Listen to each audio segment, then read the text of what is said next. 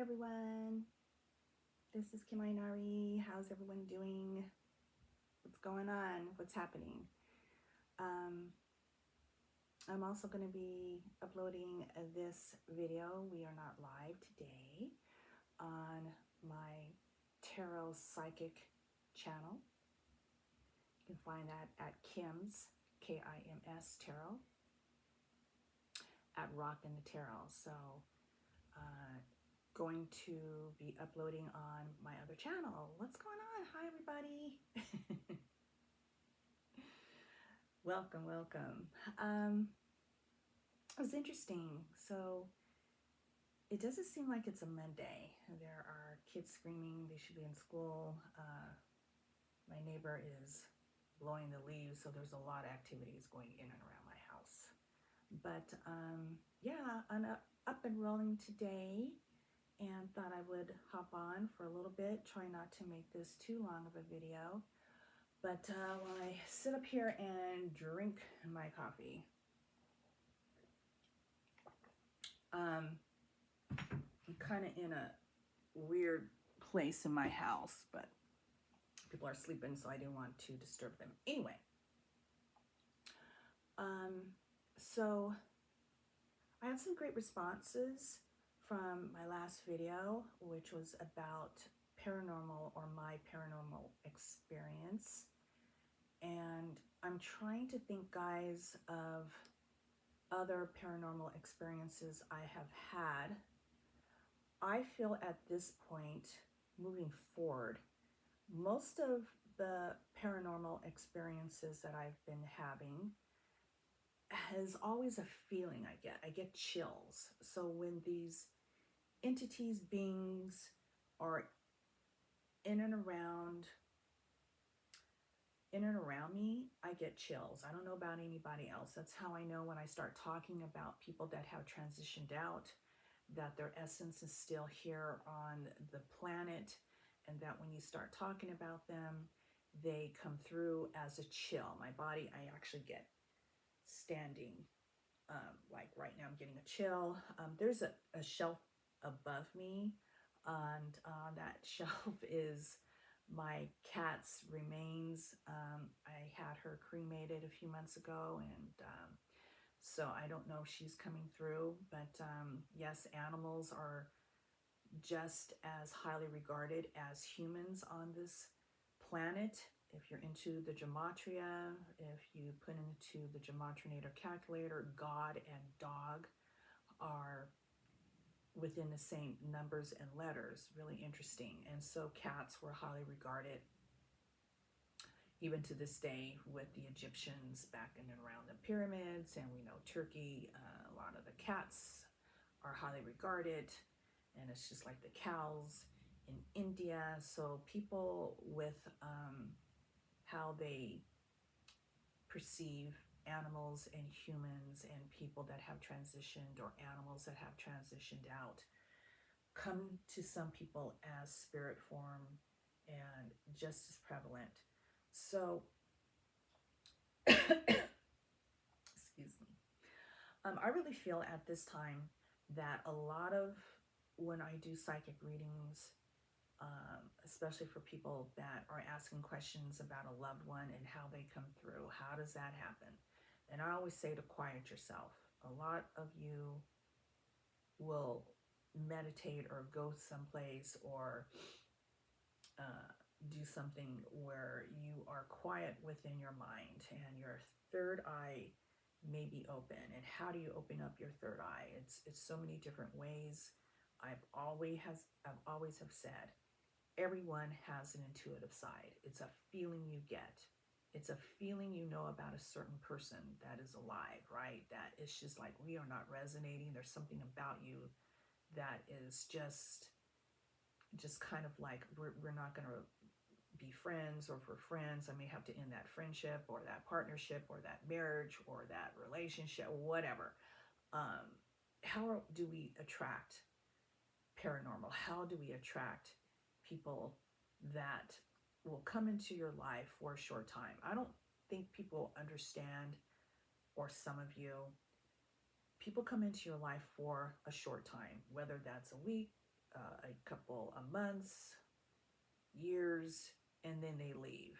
And it's because what did you learn from that? And were you with that person or thing or animal in a past life? And that possibly could be the not an issue, but of your attraction to these souls. The soul contract and what you decided to do on your present life and wrapping things up that might have happened in your past life. And I've always told people this is my last journey here on Ea, on Earth, and I will never come back here. And I think for a lot of people, you have to declare it. A lot of religions will have you go through the white light.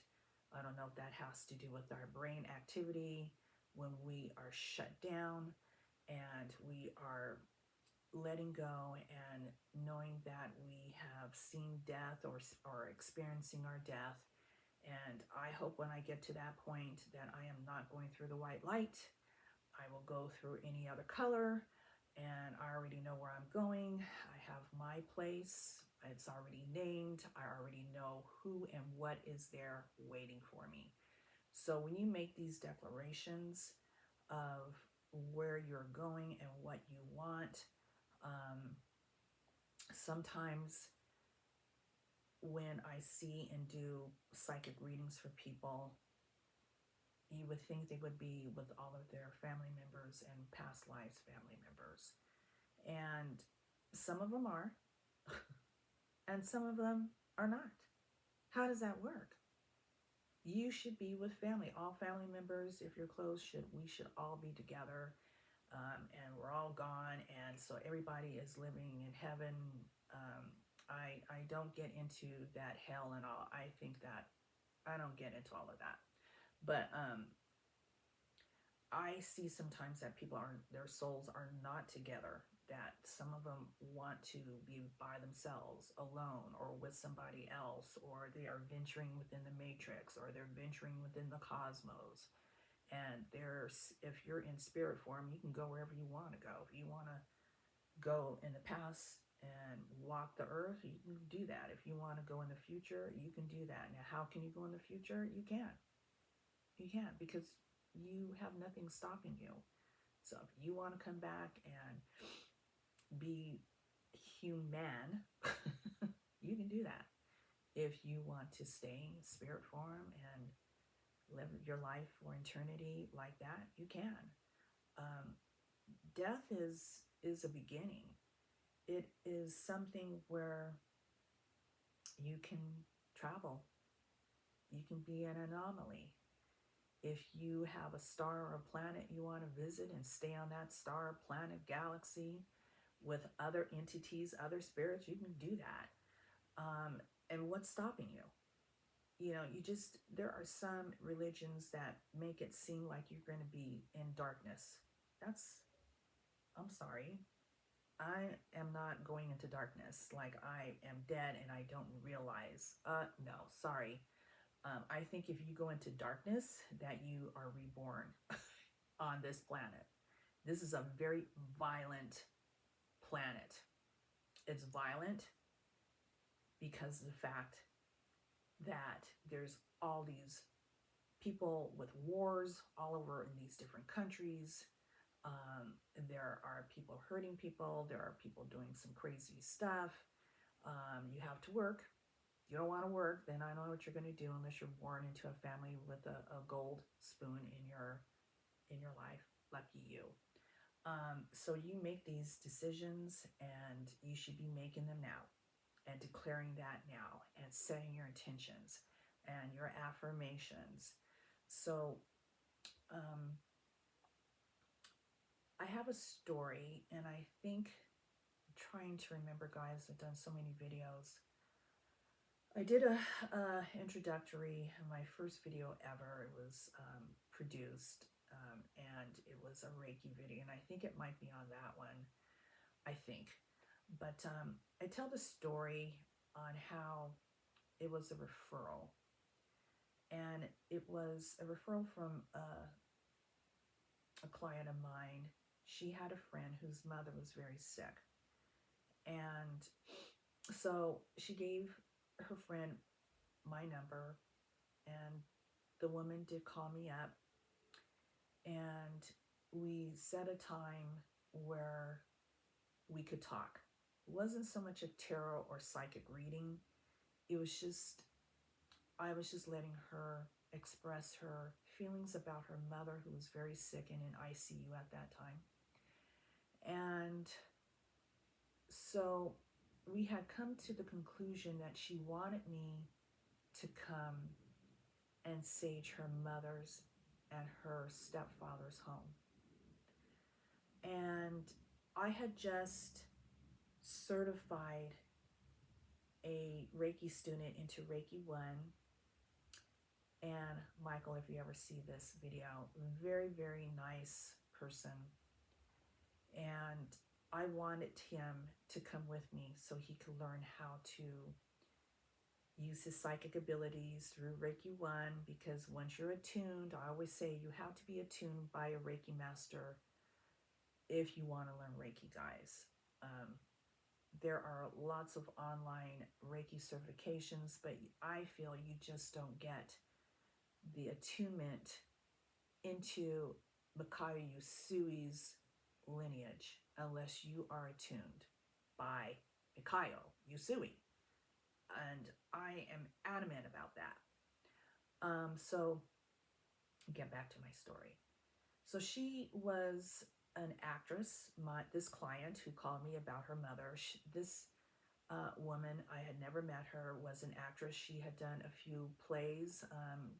This was many years ago. She did The Lion King in Los Angeles. She was a wonderful person. And so the first time I met her, this was at her mother's and stepfather's home, and she lived across the street. I had learned that this house that her mom and stepfather lived in was a house that they were leasing. And so I had prepared my student and myself um, to really use their psychic abilities. And how did I do that?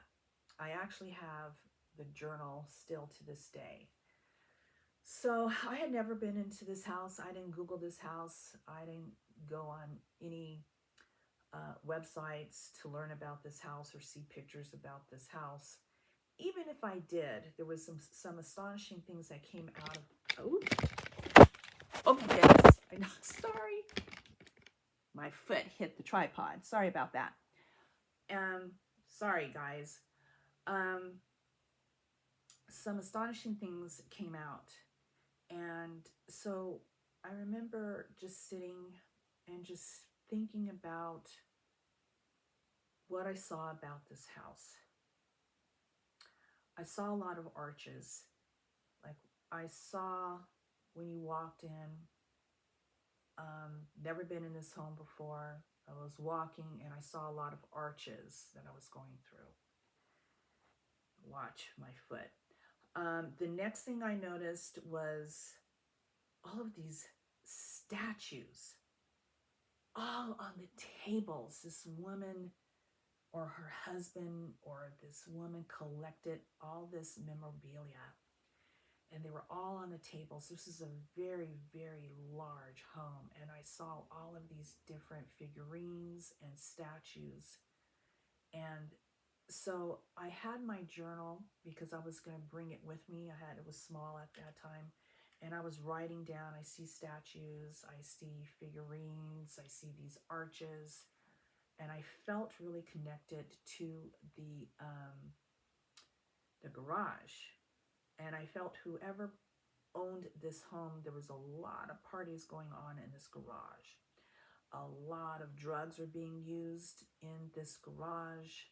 I felt it was a family. I felt like the husband and some of his neighbors or friends would be in this garage, and they were using not hardcore drugs, but there was a lot of that going on in the garage while the women or the wives or the girlfriends were in the home, in the main part of the house. And so when we got there, Um, and to back it up a little bit, this client told me her mother had a terrible disease. I'm sorry, I can't remember what it was, but it was incurable. It was no cure for it, and she was in ICU. And so at that time, we were thinking the mother was going to get better so that she could bring her to the house. And so that's why I was asked, and then I brought my Reiki student who was certified to come in and sage the house, preparing for this woman to come into a cleansed home, because I felt a lot of stuff was going that I didn't like in this house. So I'm going to try to wrap this up so that it's not a long story. So we had set a time around 6 or 7 o'clock. It was still light out, and I met my Reiki student there, and I met my client, and she greeted us. She was very warm and inviting. And I had brought my sage, and my Reiki student also, Mikey, had brought, I don't think, I gave him some sage. And so even my client has some sage in her house. So what happened when we walked in? I saw arches. What happened when we walked in? I saw all the figurines and ceramic figurines and statues on the table. Now, here we go. And so we sat down, and I told her, I said, this is what we're going to do. I'm going to sit here in this chair, and Mikey, you have your journal. I want you to go through each and every room. You're going to be escorted by the daughter. The stepfather was not in the house, and she is going to take you through the rooms, and I want you to write down the feelings that you get in each room. And I'm just going to sit here. I'm just going to wait for you guys to get back. We were in the living room, and then I would be doing the same thing. She would take me, and we would go through the rooms and that garage, and I would jot down the feelings that I would get for each room. So the house was over, I want to say 3,200 to 3,500 square feet. It was one story, very large house. There was one room that had a lot of boxes and things in there, and just a very large house. And I kept thinking about this one bedroom. I kind of figured out that's where the mother and the father were, and we just walked around. I walked around in that garage, and so we finished that, came back. I was with Mikey and the daughter, and so I wanted to see what Mikey got, and he and I were going through our notes. We decided on the rooms that really needed to be saged and set the intention to release, and that garage. It's funny, he picked up on that too. So we decided to go together, I believe. It's been a couple of years. So we went around the house and we saged the house. We saged it so well, I think we were all loopy by the time we got done. We saged that garage. That garage needed to be uplifted into a better balance because it was not balanced. I even think that we even went outdoors. A lot of the rooms were very dark. I don't think the mother at that time didn't like a lot of light. And so we had to sage the bedroom, not a lot of light coming in. And the same thing in another room, if I'm not mistaken, and the backyard. We went all over the house. So anyway, we finished that up. She thanked us, and it was an incredible experience. Sage is very powerful. There are many different types of sage, and there's a knowledge to saging, right? We know a lot of bishops and priests and ministers and preachers use sage. We know that spas use incense.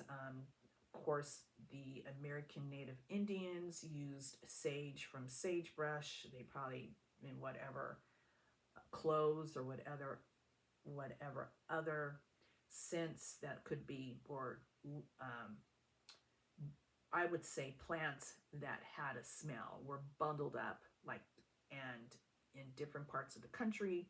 And you would sage, and you're setting your intentions to burn this and to just make everything in a balanced flow. So um, after about 3 or 4 days, my client called me, and she was in despair. She was with her mother, and her sister was there, and the stepfather was there in ICU, and her mother was dying. And she's like, Kim, can you send some good prayers, some good thoughts? And I felt, I was actually at work, and I was in my own room at that time, and I felt a heavy heart because I could feel her pain. So I'm a sensitive guys, so I feel this stuff. So I remember going into a psychic meditative mood, and her mother had a really interesting name. It was a male name, and I'm not going to say what it was. And luckily I didn't have a client, so I was in my room meditating and thinking about this daughter and these other two people that were in ICU with this mother who was dying. And I went into a meditative state. And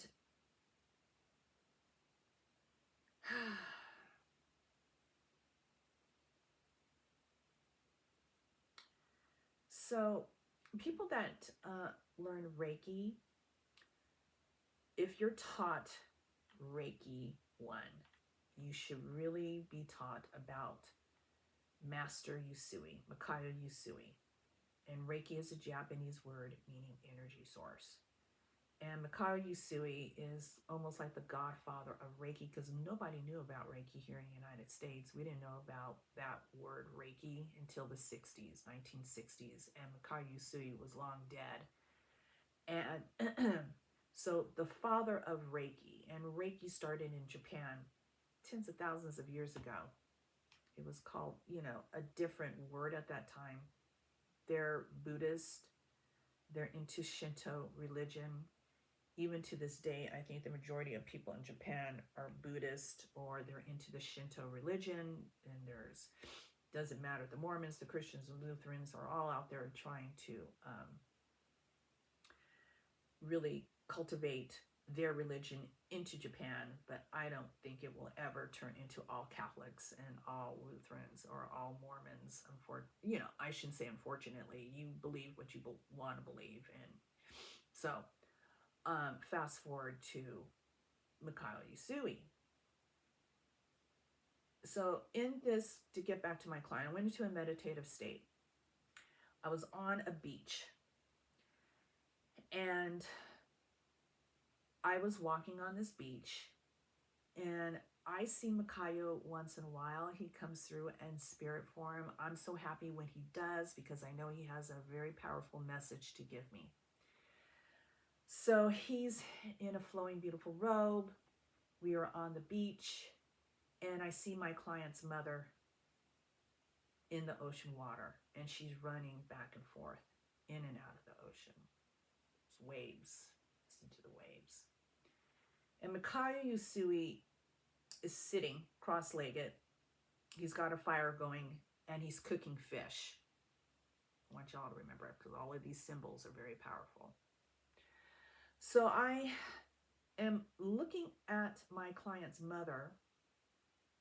Her human self is in ICU, but my client's mother is running in and out of the water, and she's laughing. I wonder how many of you will pick this up before I even mention what's going to happen. So I'm looking at her, and I'm looking at Makayo Usui, and then it's almost like we're flipping channels on a remote, The next thing is we're present with her mother, who's in ICU. And I'm looking at Mikhail Yusui, and I'm like, we need to help this woman transition. And he's looking at her, and I'm looking at Mikhail Yusui, and snap back into the beach, and he's cooking fish. And his really spirit soothing voice, he's like, Kim, come sit, come eat this fish with me. And I was so highly confused because I was getting agitated, which is crazy, right? I was like, I can't sit and eat fish. I gotta help my client, her family, and this woman transition. And I know I need to be working. Luckily, it was my own business. And her spirit is running in and out of the ocean, and she's laughing. And Mikhail's like, eat, can't sit. So I went and sat on the beach. What could have only maybe lasted maybe a second, and I'm eating fish. And I'm quieting my mind. And I look and I turn to her mother's spirit, who's running in and out of the water. She's laughing and she's happy. And I looked at her spirit, and I asked her, I said, what do you want to do? And she looked at me. Woo, I'm getting chills. Okay, because I'm talking about her. And I asked her, what do you want to do? And she goes, I love it here. I love it here. And so what I got was that she was ready to pass, that she wanted to get out of that broken body in her human form. And she wanted to go wherever she wanted to go. If she wanted to run in the beach and laugh in the ocean and swim, or wherever her spirit wanted to take her, she was going to do that, and she was going to transition out. I still feel I have the text on my phone to this day, and I would be happy to show that to anybody. I don't have it on I don't have my phone, but if you were here with me, and you would see this old text from me and the daughter. And I told the daughter to be prepared because she was going to transition. Sad. I can't remember everything that we texted, but I knew the daughter said something along the lines when I told her that she knew it was coming. So she texted me. I think her mother lived for another hour or 2 hours, and she transitioned out. So for people that are saying their goodbyes, or people that want to be hooked up to a machine keeping you alive, why? You are not here. Sometimes families can be selfish because we want you to stay, and you need to go. So, yeah. So we get these situations where people say your goodbyes, and release this person who's in an unhealthy body, who needs to move on because they never really go away. I keep trying to tell you that again and again. When people die, their essence comes through. You hear subtle knocks on the walls from people that have passed if you are really close to that person. You can smell them. They give off little signs. If they're very powerful spirits, they leave you things and they say things. If you have a touch lamp, the lamp can turn off and on. These are really powerful spirits. They're telling you that they're with you, that they're happy.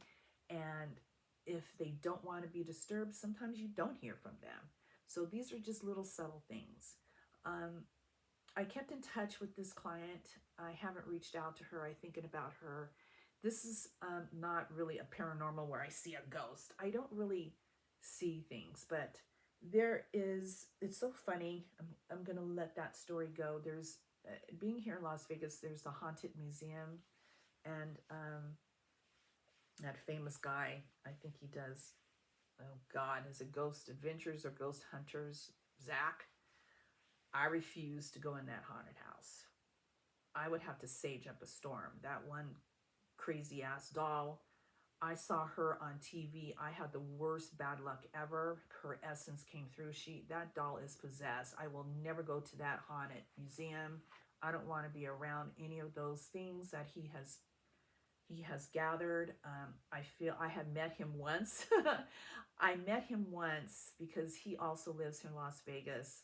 I think he's an amazing person. He's born for that job. And um, whatever he picks up and puts in that museum from all these haunted places, even dirt from really crazy homes and things, that's amazing, Zach. You just do what you have to do. But I refuse. I will not be going there. And plus, that haunted museum is located, I think, at 333. It's either like on Charleston or 333 Sahara Boulevard here in Las Vegas. And I'm associated not with 333, but with 33. But I don't want anything to do with that house. Haunted houses and things like that would be, for me, would be fun to do, but man, you really have to be careful when you go in these homes that had violent histories, because you really have to um, protect yourself. Protect yourself with sage, put yourself in a protective bubble, and yeah, you really have to protect yourself when you go in situations like that. I have tons of other stories. Some of them are in my journal.